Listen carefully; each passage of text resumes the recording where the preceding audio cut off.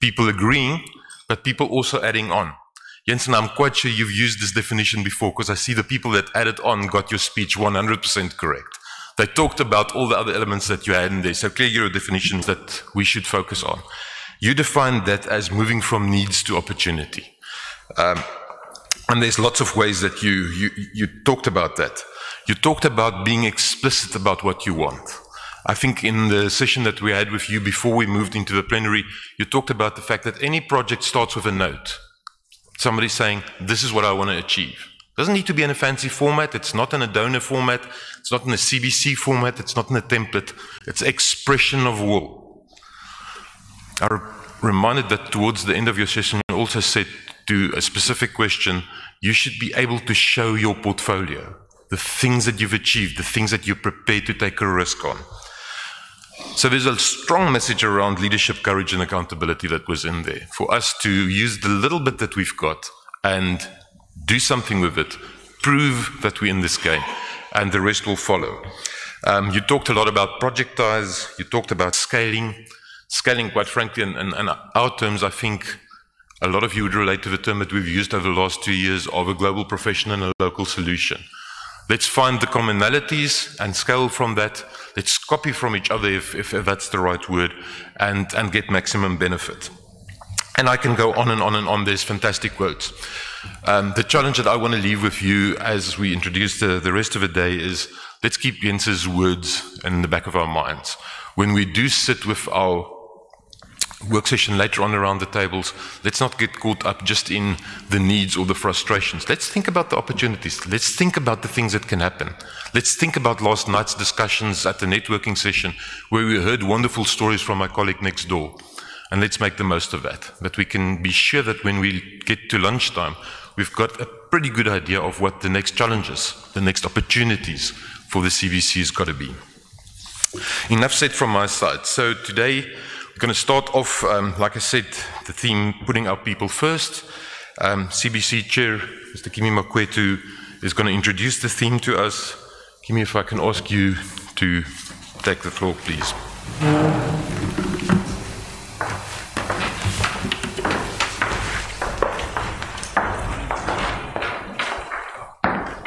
What's up today?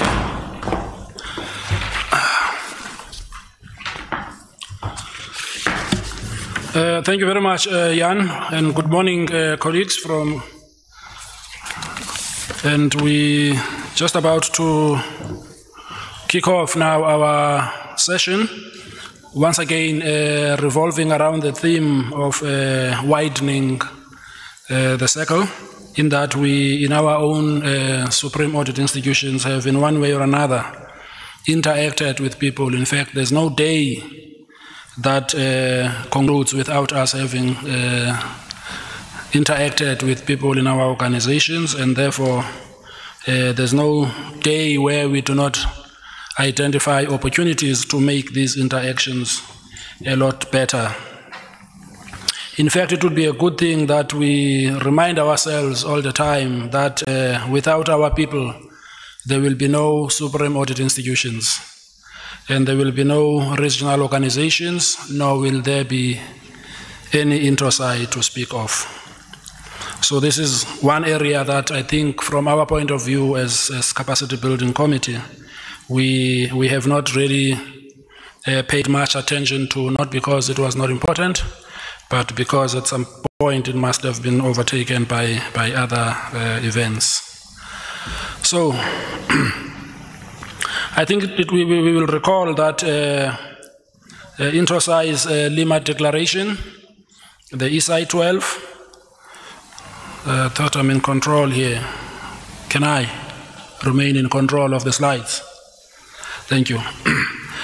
The INTOSAI Lima Declaration, the ISAI 12, the SAI PMF are just some of our fundamental guidance documents that recognize that an effective supreme audit institution is dependent on its capacity to recruit, retain, and effectively deploy highly skilled and motivated staff while caring about their continued development. I think to bring it closer home in our own environment in the South African Audit Office, we have come to realize that our people are the single most important factor that determine our success. So our people are the agenda. There are other agendas that we pursue, but we know that there is no way we can adequately translate technical pronouncements and essays if we do not rely on these highly trained and highly skilled individuals. There is no way we can deliver on our constitutional mandate if we do not have technically trained and developed people. It is therefore important for us to not only ensure effective human resource practice in the Audit Office. We are then able to balance this internal focus on staff with the external focus of carrying out our constitutional mandate with success, and thereby building public confidence through the audit work that we do. So that is what, for us, resonates with us in the South African Audit Office. Since the 2016 INTOSAI Congress in Abu Dhabi, we have regularly been referring to the INTOSAI's inverted pyramid. In this upside-down pyramid, the member size usually feature at the top as the most important beneficiary of organizational activities.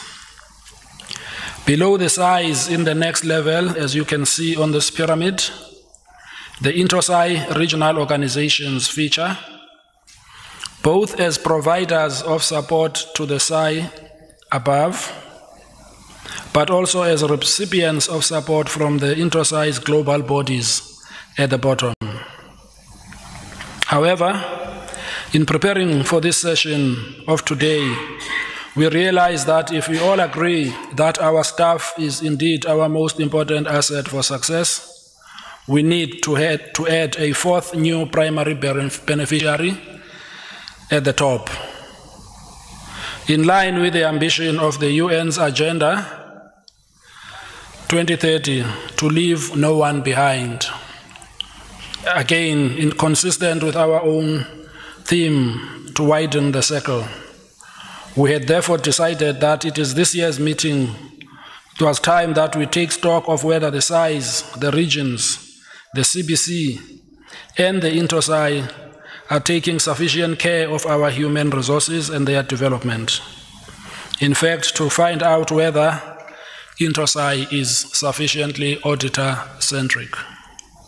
And that is the perspective of our focus for today around the theme of putting our people first.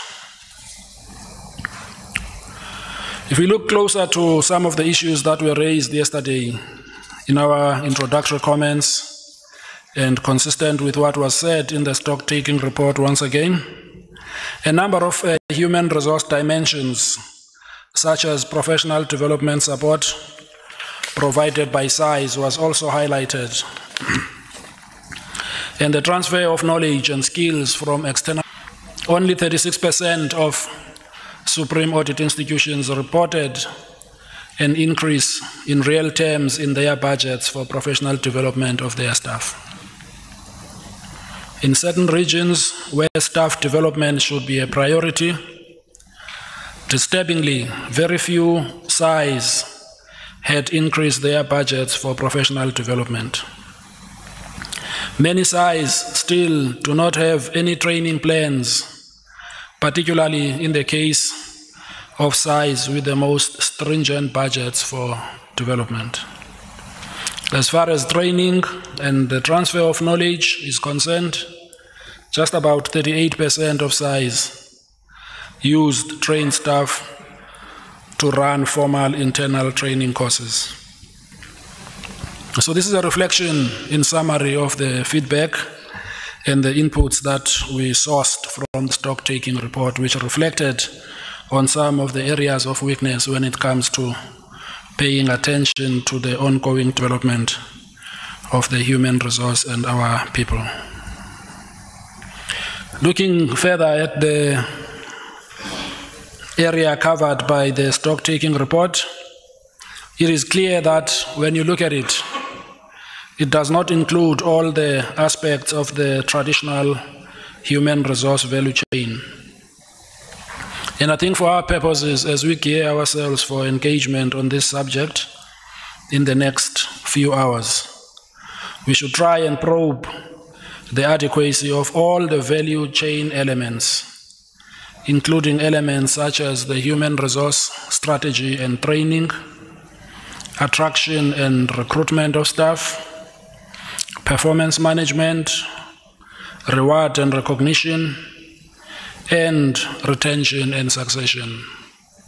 And I'm sure there'll be others that you may think of, but at least in looking at that stock-take report, it is clear that there are certain areas that could be beneficial for us when we look at the entire human resource value chain.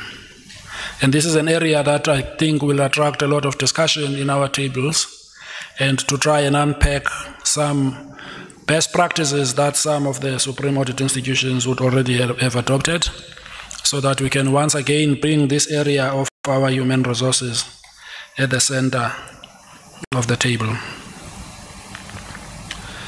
The HR domain of the SAI performance management framework had these value chain elements in mind when it asks the following questions of SAIs insofar as the human resource management strategy is concerned. Is it aligned with SAI strategy and performance objectives? Does it cover at least the basic process such as recruitment, retention, remuneration, performance appraisal and professional development? Does it contain considerations about the number and type of staff required for strategic planning period? Have indicators, baselines, and targets been identified and used? Is the strategy regularly reviewed and updated at a minimum once every 5 years? I think these are probing questions that are positioned in the context of the SAI PMF. They do not necessarily mean that you are a failed or otherwise SAI, but it's an attempt to get to the bottom of some of the issues that need to be a regular engagement within the SAI as we promote some of our values and perspectives in our organization.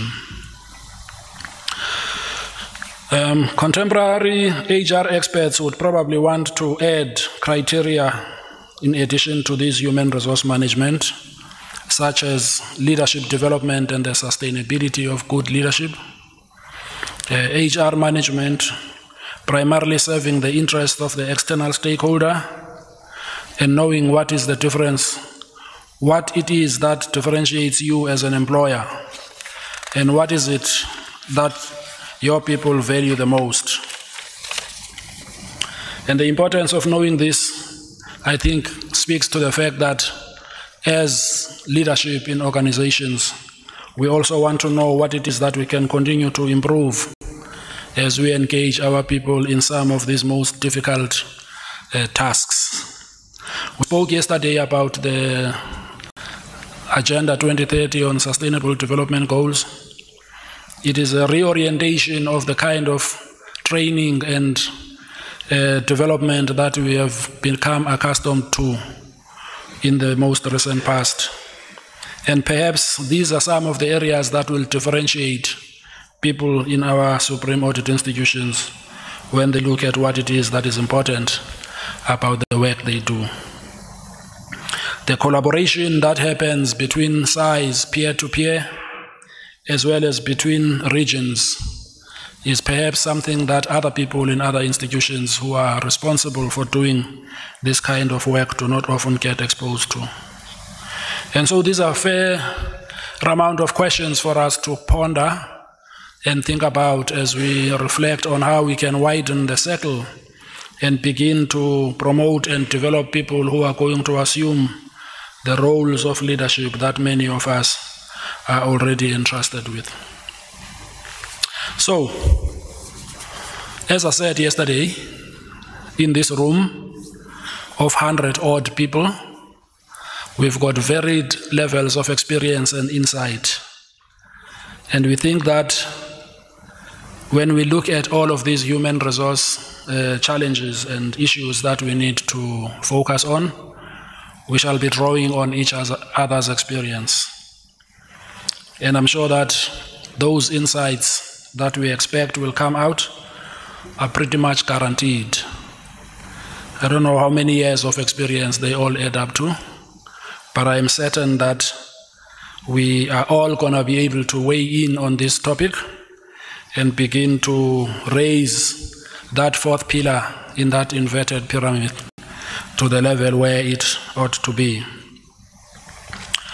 So we're going to turn over now the discussion into the groups in the tables and unpack and engage on this HR value chain and all of the matters that I have highlighted, as well as others that you may want to add. But it will also be an important engagement for us to confirm the results of the stock-taking report, as well as to look at our own HR experiences in our respective size, so that we can feed into the overall views and thoughts that we believe capacity building and the INTOSAI community could potentially take forward.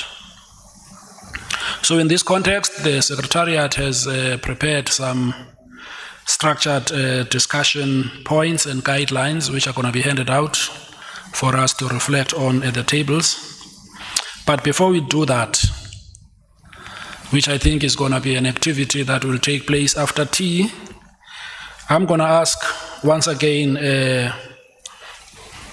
Jens Wandel, our guest speaker from yesterday, who I'm sure when you look at his CV, you'll see that he has had many years of experience in this area also of human resources as part of his journey at the UNDP. And to ask him to share some thoughts on this topic, use this space to reflect on some of the ideas that he is going to share with us. And I'm also thereafter going to ask to provide this opportunity to a couple of the heads of Supreme Audit institutions to also weigh in on this discussion, maybe 3 or so, before we break for tea. And I think when we come back to Jens,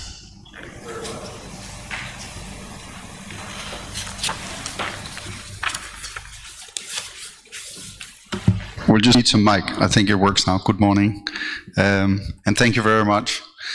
It is true that throughout my career, I've had some opportunity to work with HR matters. Most recently, when I was the Assistant Secretary General in charge of management in UNDP, I oversaw the human resources of the United Nations program, which was covering 130 countries. And for 2 of the 5 years, unfortunately, I did not have an HR director, so I had the pleasure of taking that role directly. I just want to share a few comments of what I would call quite personal experience, and I hope by doing it that way, it may supplement some of the more formal presentations that have come there. So the first area is that a lot of the work that I think you do in category is actually professional services. And that means most of your staff, they're quite trained professionals.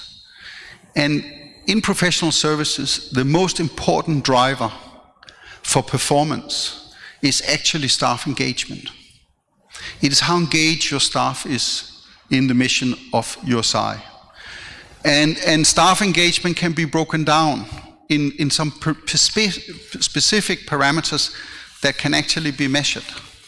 And they are, in no particular order, they are how, when they go to work, what is the commitment really to the work? And you can ask them about that. What is their motivation for the work? You can ask them about that. What is their loyalty to the organization? You can ask them. Very often in staff surveys, it's simply ask, would you recommend your job to your best friends? If the answer is no, then you can take the conclusion. And finally, and very importantly, it is the issue of trust. And these are very different parameters from the kind of parameters that one would expect more routine workers to perform. There you would have much more technical performance. But staff engagement has shown in professional services organizations to be the one thing one wants to go. And I don't know in your organizations, but in the UN we experienced that we suddenly found ourselves with extremely elaborate staff surveys that ask all kinds of questions from staff. And it turned out to be utterly irrelevant. You could simplify the study and just focus on staff engagement, and those results, they were clearly actionable for the leadership of an organization. The second thing is, and has been alluded to it already, that most of your organizations are probably, if not under the civil service code, at least associated with the civil service code of your country, or follow the same principles. This is very similar to the UN. So very often when I sat with my colleagues from various offices, they say, Jens, at the end of the day, we cannot, and now I'll use direct word, we cannot really fire the non-performing staff because they can find all ways of hiding. And sometimes we're too many, etc., etc., etc. In other words, that there are a lot of constraints that is felt from the manager's point of view when you execute in a public service environment. But what is striking is that the same department with the same people over a course of 5 to 10 years can perform very differently. And the only thing that changes in that department is the one who manages it.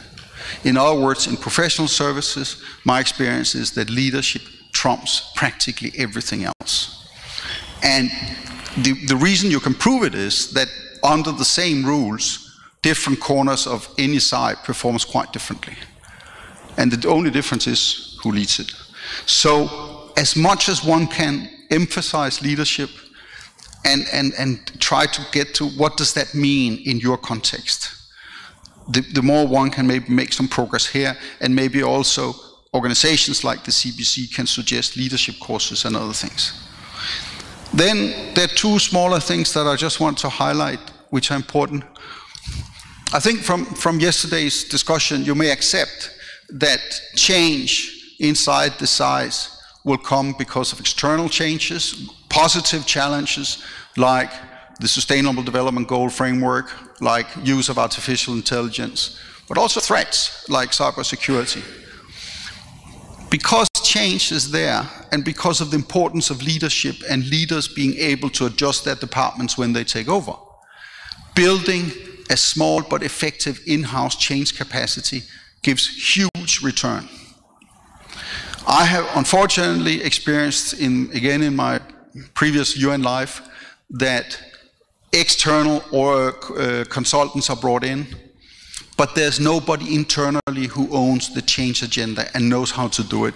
And I can assure you, if there's no in-house capacity, external consultants are just a very expensive exercise in futility. So therefore, internal change management capacity gives huge return. Are very focused on recruitment, because we know if we make a mistake, we will pay dearly.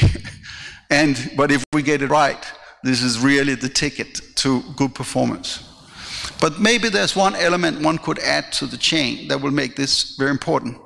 It is today in the organizations I saw, we very often did this. We went through elaborate selection, complicated interviews, and then we did hire eventually a candidate. We gave an offer. The candidate said yes, and we said, hooray. And next morning, or the month after, the candidate arrives, and then we abdicate. We had the idea the candidate would just function through osmosis or some other. The point I want to make is the organizations that take onboarding seriously get a huge productivity increase, because instead of waiting 6 months for a smart colleague to find out what to do, effective onboarding can maybe reduce that to 2 months. So you just gain 4 months productivity. The other point is the new eyes sometimes ask some very good questions. Why is your documentation like this? Why is this process done like this? And you need to capture them at that point and kind of harvest what the new eyes see. So an effective onboarding process, there's very good return on this in my experience. Then, unfortunately, I also think we have seen, or at least I have seen, what I would call less effective practices. One of them is the performance report. Many UN organizations, and this may hold true for some of you, we are simply subject to excessive performance, over-engineered performance processes. Long reports that are supposed to document staff performance. In reality, if you really look at it hard, often the managers do not really use the performance systems to regulate performance, and the staff, especially the non-performing staff, they spend time gaming the systems. So this means the performance systems of many organizations do not give the return that they were supposed to. And as managers, the logical step towards that is simplify them. They have to be there, but they should not be the centerpiece of all performance management in the organization. And then the other issue I want to share with you is what I call the human resources management department against the managers. In some organizations I've seen, here's how it goes. Things go well, as a manager, I manage my staff. Things go not so well, I get the HR department to manage my staff. This is a very dysfunctional model. Well-organized models is the managers in the line, they manage the staff. The HR department is professional support. And if you as leaders can help remove the confusion between what is the role of the human resources department inside your organizations, you may, that in and of itself will create some return and some positive. Then I like to close with one thing that relates directly to capacity development. I think most of us in the course of our career have seen departments or corners of our organization that may not have such big formal capacities, but nevertheless, some challenge came up and they really performed. So you kind of wonder, why is that? And the reason is what I call heroic leadership. That means even if you don't have the capacity formally inside the organization, a leader who's determined and a leader who's clear can really get strong performance out of a relatively weak organization. The point is that that can go for some time. But there was put up there something called sustainable leadership. The smart, heroic leader does this, but then go to maybe CBC and ask for capacity development help. So while you execute heroic leadership, you also build the internal organization. So eventually one can relax a little bit more and not be so heroic anymore. But one should not accept that just because I don't have the formal capacity in my organization, nothing can be done, because it can be done through heroic leadership. So it's a positive, but also something that one needs to be conscious about. So with those few remarks, I hope you will enjoy the rest of the morning discussing HR matters. Thank you very much. Thank you very much, Jens, for those inputs. I'm sure a lot of them will add to the rest of the discussion that will unfold during the course of the morning. I'm now going to turn to some inputs from our heads of size. Can I ask Jean to start, followed by AG of Kenya, Eddie. Any other takers from the heads of size around the room? Let's stay with the two first, and then there's the, did I see the head at the back, the AG of Liberia, right at the back, yesterday. In that order, please. Thanks very much. Go for it, Jean. Thank you very much, Jimmy. I appreciate very much your framing of the issues you mentioned. You've got very astute comments on this. I'd like to share a few practices. This year is my 46th year at DAY2. So I started out as an entry-level person and been through the entire process. So I have a few things that I think have worked well with us that I'd like to share this morning briefly. First, we're in the knowledge business, and we're only as good as our people. My philosophy is if I get the right person in the right job, I'm already 75% towards success. So I spent a lot of time on this effort and people issues. We have a nationwide recruiting program of over 60 universities throughout the United States.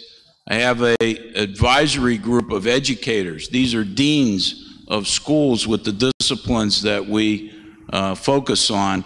I meet annually with them, and by explaining to them what we do, they direct students to us and help formulate a good entry-level pipeline for the agency. I go speak to colleges and universities to try to get people excited about public service, which is difficult to do because you don't have the salary advantage that the private sector does. So you have to focus on the exciting aspect of your mission and the fact that you can accomplish a lot for the benefit of your citizens. We found that an internship program works most effectively, and that's how we get most of our people in. We get a chance to look at the interns when they're with us, and they get a chance to look at the organization, understand what the work is that they do. This is our main pipeline. And this isn't just internships in the summer when they're on vacation. These are year-round internships that people work with us throughout the year.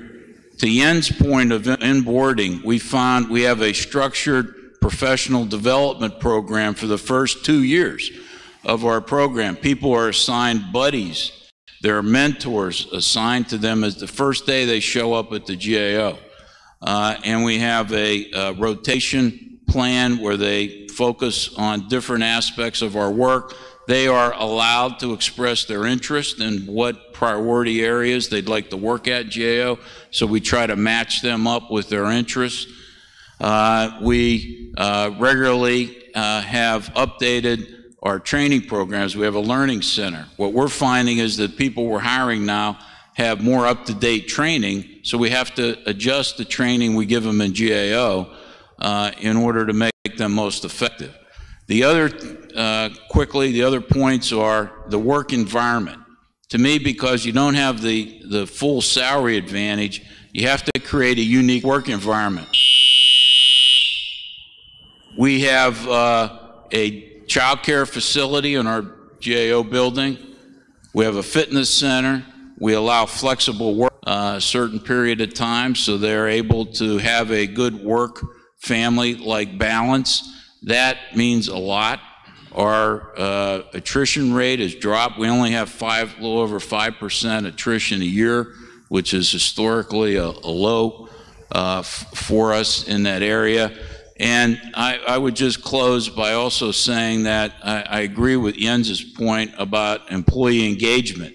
Every year we survey our staff on how they feel about the organizational climate, the leadership of the organization, how they're used, staff utilization, and how well they feel they're being developed in staff development.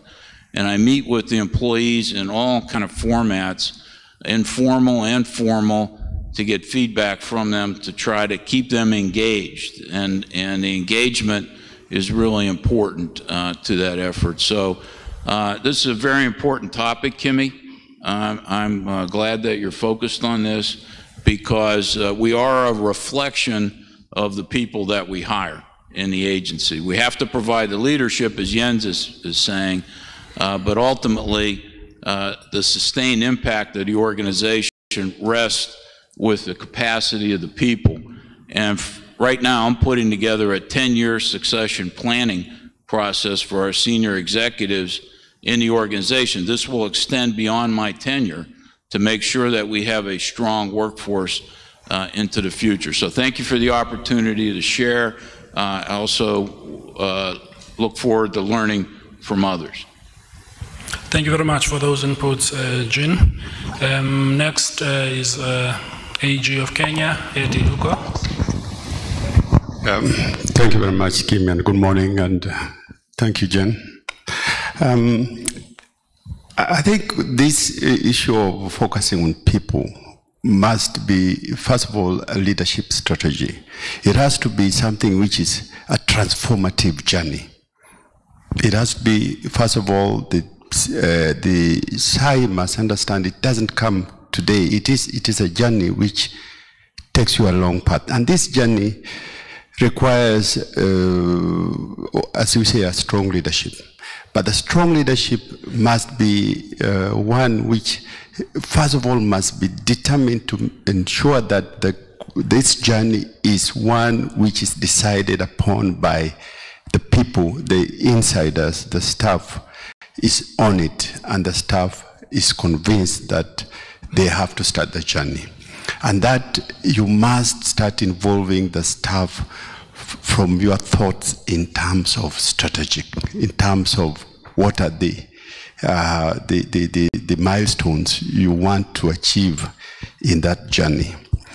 In terms of Kenya, I think I can only talk of the experience over my last 7 years, because I came into an office which had been there for 37 years and what have you.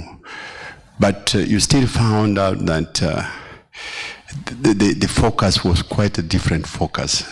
The focus was, come a certain date in the year, go and raid the ministries for vouchers, and then come and give a report. And that had to change.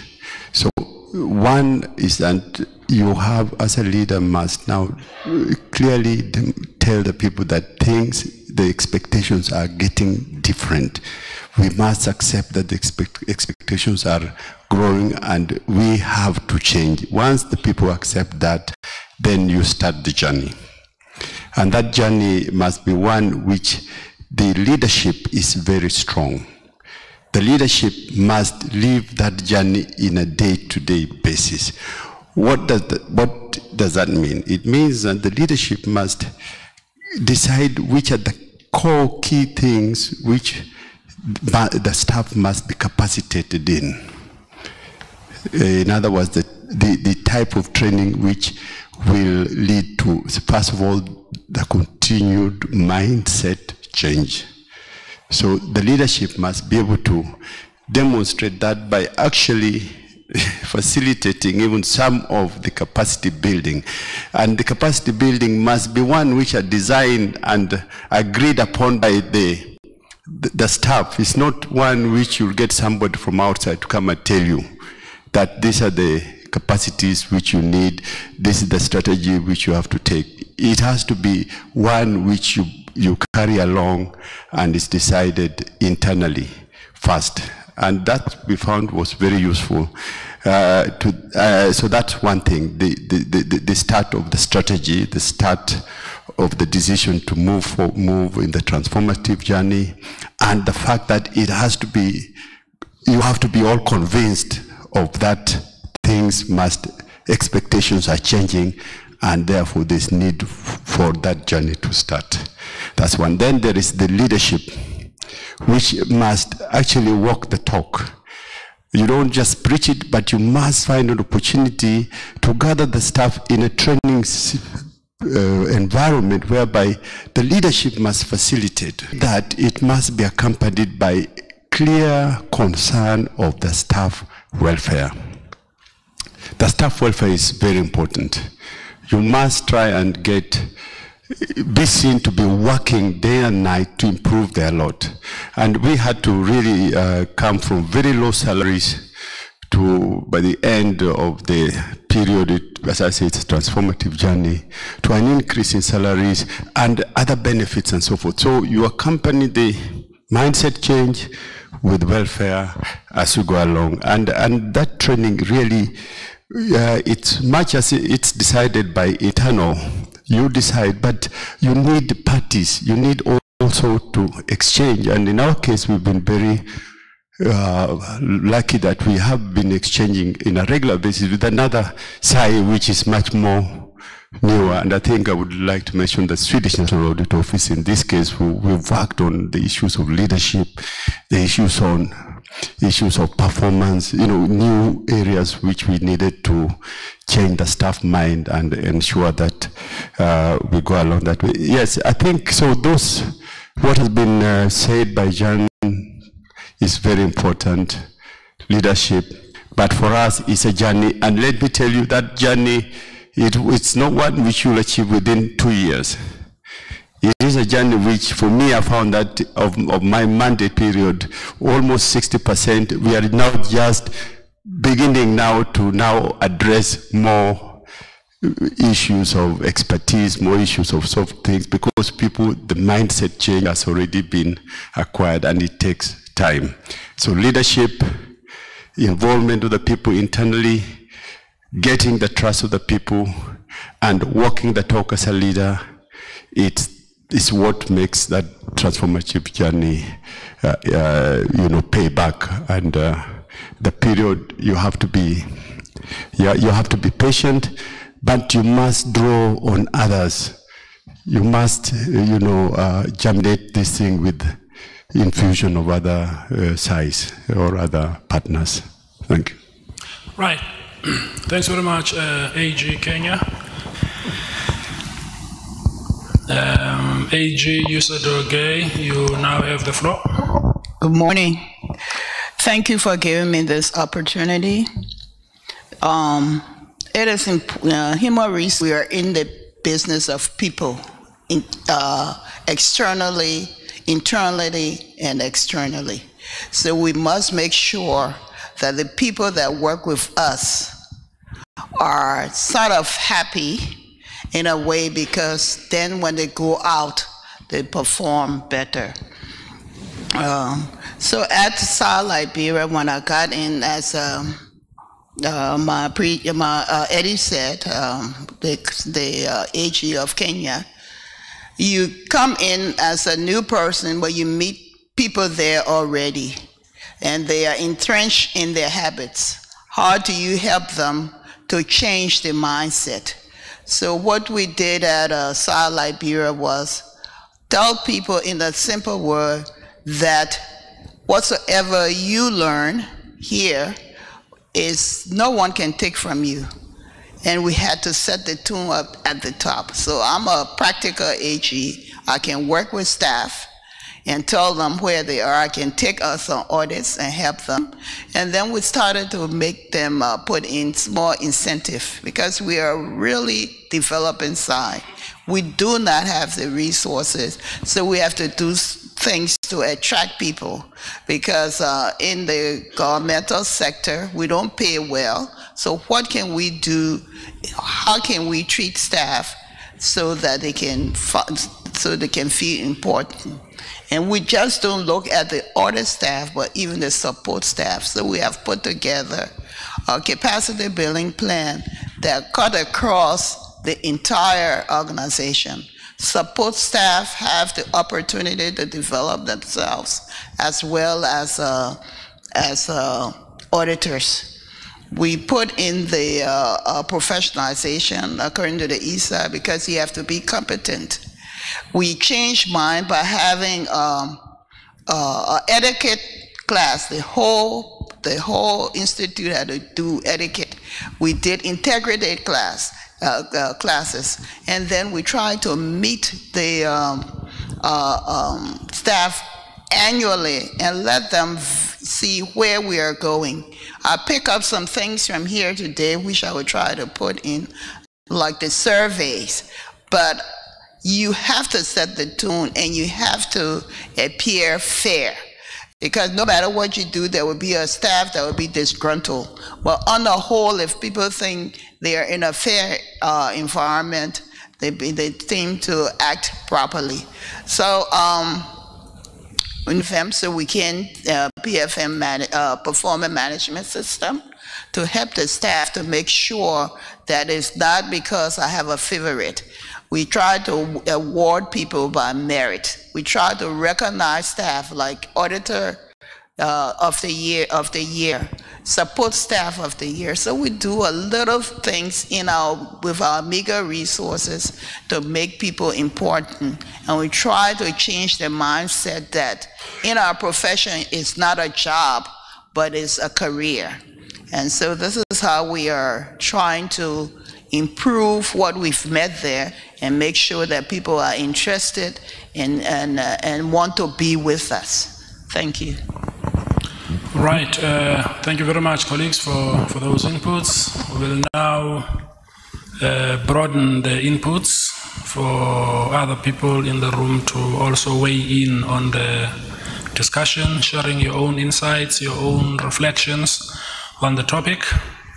Now that we've had those three inputs from the three heads of SAIs, you'll see there's varied levels of experience in respect of this area. Can we pick up maybe another 3 or 4 hands from the rest of the group before we take a tea break? Floor is open. There's a hand there, a colleague from INTOSAI General Secretariat.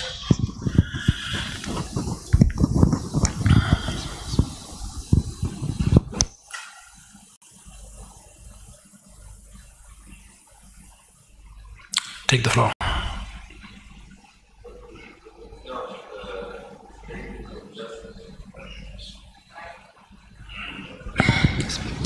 Well, good morning, everybody. I have some concern because lately I started to hear different new concepts regarding human resources management in terms of capacity. First of all, there's capacity, and the CBC is an example of the extent to which this concept is very much important. And then comes another concept, leadership, capability. My concern is basically related to less conceptual level. Is capability and leadership part of capacity? Or do we need first to develop capacity before we move to leadership and capability? And if so, should, let's say, the INTOSAI community start moving to a leadership program at a global level before we move and translate it into a regional and SAI level? And should leadership be a specific part of INTOSAI development program? And of course, hypothetically, should CBC reconsider its the title by maybe moving to leadership building committee instead of being strictly limited to capacity? If, of course, there would be a difference between capacity and leadership. It might be a simple and let's say a question, but this is really a concern that I have been dealing with since we started talking in a INTOSAI context about moving to leadership program, like what AfroZai has been implementing since a few years, and they are doing a good job in terms of moving to leadership development program after having implemented for many years capacity development training and so on. That was my concern. Thank you. Right. Thank you very much, INTOSAI. What I'm going to do before I get to other hands, I'm going to ask the head of IDI. Oh, he's already raised his hand because I was going to ask him to prepare for a response to that issue that was raised. But if you can take the floor, Aina, just now. Good that I was thinking about you and you were thinking of taking the floor at the same time. Go for it. Thank you, Kimi. I agree very much that there needs to be an increased focus on leadership and developing human resources. A couple of reflections. What I've seen over the years working with SEIs all over the world is that if there's one thing that really classifies those SEIs that actually drive performance and increase their performance, is leadership. You can do all the capacity development or capability development or whatever you call it in an SEI. Unless you have a strong dynamic leadership that leads by example, you're not going to achieve results. So I think leadership is essential, and that leaders in SEIs sets the tone for their staff. And this comes back to the point made by our Danish colleague, I think from the UN, about heroic leadership. And we see many, many examples of that within INTOSAI, that heads of SEIs and top management in SEIs manage under extremely difficult conditions to actually get their SEIs to stay relevant, produce reports, perhaps while they don't have the independence to do so, and actually manage to overcome adverse conditions to actually serve the citizens. So I think we cannot underestimate the importance of leadership. And as many of you will know, we have also at the IDI instituted what we call the Young Leadership Program, which started this year, with 25 competitively selected participants from all over the world. And we see, and I've been part of some of these meetings with these people, and it's truly inspirational. These are people, young people, that they don't see challenges, they see opportunities. And they're implementing change strategies for the SEIs on areas like digitalization, SEIs becoming more transparent, more professional, etc. There are challenges, however, both for our program, and I think generally in terms of leadership, in terms of ensuring sustainability, which was another point that was picked up. How do we ensure that beyond those top leaders that are working very well, we get a young cadre or a new cadre of leaders that actually are able to follow up on that? So I think it's important both for the IDI, for the regions, and for the CBC to keep a focus on the area of leadership capability and capacity. Thank you. Right, thank you very much, Aina, and I'm sure that we'll also find an opportunity to expand on these items as we go forward in the discussion. I now recognize President of the TC of the Brazilian SAI. Over to you, President Nader. Thanks a lot, Makwe. 3 points I think is very important to the capacity, the development. First, leadership. Kenya speak about that in the other countries. This point is very important. What it's possible doing. In my country, now we have the measure about the leadership, the old leadership in the country. This point is fundamental to introduce the capacity building and the training if you have a good leadership. Second point is strategy. Jens speak about that yesterday. It's very important, strategy. The other point, it's auditing. We in Brazil, we have now the capacity, the measuring, these 3 points. But the other point is important. Evaluation and monitoring. If you have evaluation, monitoring, if you have the capacity, the leadership, the capacity, the leadership in the mayor, the governor, the minister, the leadership in all country, you have a capacity to introduce the development in the country. 3 points: evaluation, strategy, and auditing. And the leadership in one country, like Brazil, like many countries, when the people speak, the people need trust. If you don't have trust, the leadership cannot doing the planning long-term, short-term. These 3 points I think is very important.